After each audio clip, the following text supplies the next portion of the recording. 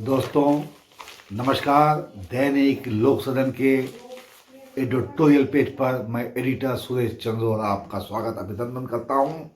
आज मैं आगाज करूंगा सेवा जोहार के साथ कि गोंडवाना गणतंत्र पार्टी छत्तीसगढ़ की 3 से 4 सीटों पर, जैसा कि हमने पहले ही आपको बताया था, अब चुनाव लड़ने जा रही है, जिनमें सबसे बड़ा नाम है तुलेश्वर सिंह मरकाम का और फिर श्याम सिंह मरकाम का। इसके अलावा कुछ और भी सीटें हैं जिस पर गोंडवाना गोंगपा चुनाव लड़ने जा रही है। मैं आपको बताऊं कि गोंडवाना का वोट बैंक छत्तीसगढ़ में और मध्य प्रदेश में है। इसे कोई भी आलोचक या राजनीति का पंडित नकार नहीं सकता। यह परम सत्य है, सच्चाई है राजनीति की और जमीनी हकीकत है।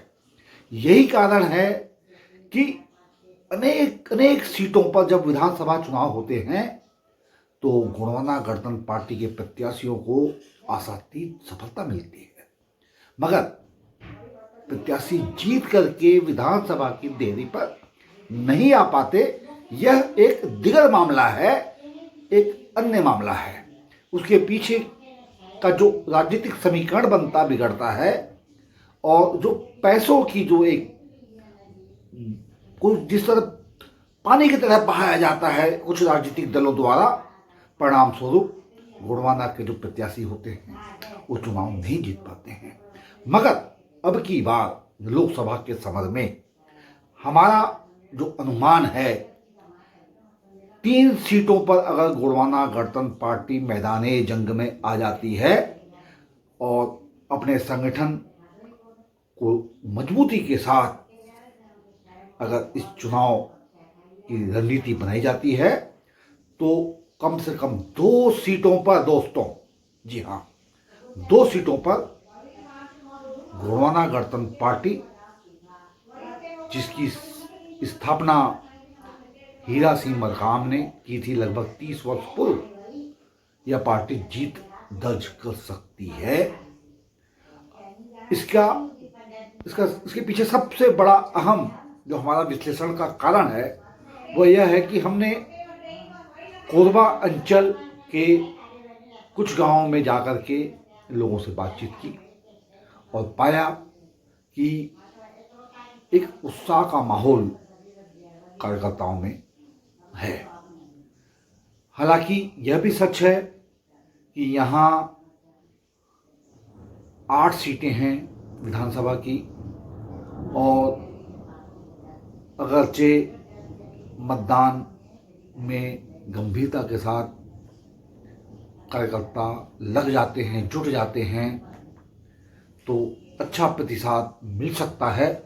मगर यह नहीं भूलना चाहिए कि जो भारतीय जनता पार्टी है और कांग्रेस पार्टी, इन दोनों का जनाधार इन सीटों पर अत्यंत प्रभावशाली है।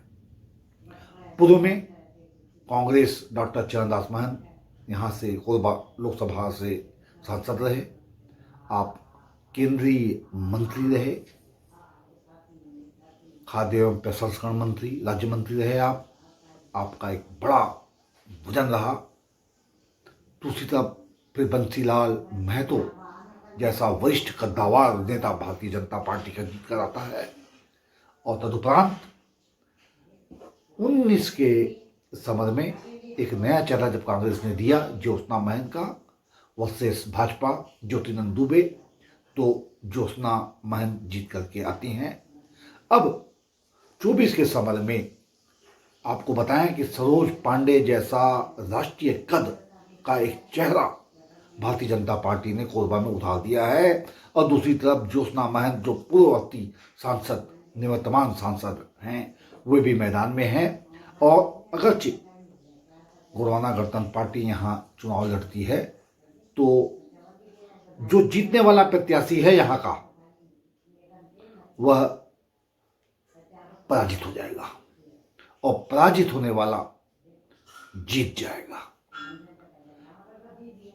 कुल जमा यह कि एक बड़ी भूमिका में गोंडवाना गणतंत्र पार्टी के प्रत्याशी हो सकते हैं, मगर जीत के लिए तो खंदक की लड़ाई लड़नी होगी, जो कम से कम हमें आज की तारीख में दिखाई नहीं दे रही है। यह परम सत्य है। आज का विश्लेषण आपको कैसा लगा, आपसे हम जानना चाहेंगे। कमेंट बॉक्स में आप खुलकर लिखें, और साथ ही अगर यह बुलेटिन आपको जरा भी पसंद आ जाए दोस्तों, तो लाइक करें और हमारे चैनल को सब्सक्राइब कर लें। अपनी बात को विस्तार से लिखें, ताकि आने वाले बुलेटिनों में हम उसके आधार पर आपकी बात भी जन जन तक पहुंचाने का प्रयास करें।